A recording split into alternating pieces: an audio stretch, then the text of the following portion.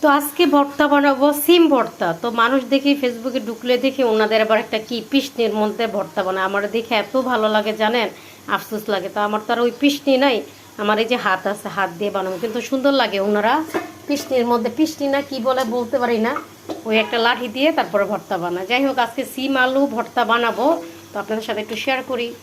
এখানে পেঁয়াজ, লবণ, মরিচের গুঁড়া, ধনিয়া পাতা সব কিছু নিয়ে এখন ভালো মতন কষলাই নিব। আর আমি সিম আলুর মধ্যে একটু লবণ দিচ্ছি, তাই অল্প লবণ দিব, তাহলে ভর্তা তো একদম ইয়া হয়ে যাবে। একটু ঝাল ঝাল করে ভর্তা দিয়ে ভাত খাইতে ইচ্ছা করতেছে, তাই যেই কথা সে কাজ।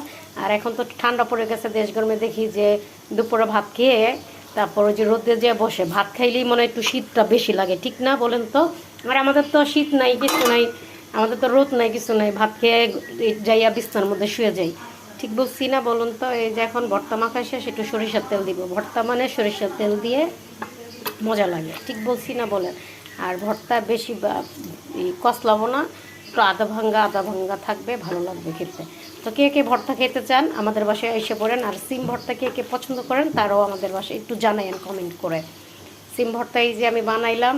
আমি সিম ভর্তা বানাই আলু দিয়ে, একটা আলু দিয়ে তারপর সিম ভর্তা। নাইলে সিম ভর্তা শুধু শুধু বানাইলে কেমন যেন একটা পানি পানির মতন হয়ে যায়, তাই আমার কাছে ভালো লাগে না। তাই যে আমি একটা আলু দেই, একটু আঠা আঠা থাকে, ভর্তা থাকবে আঠা আঠা। ভর্তায় যদি পানি লেস লেস করে তাইলে কি ভালো লাগবে বলেন তো?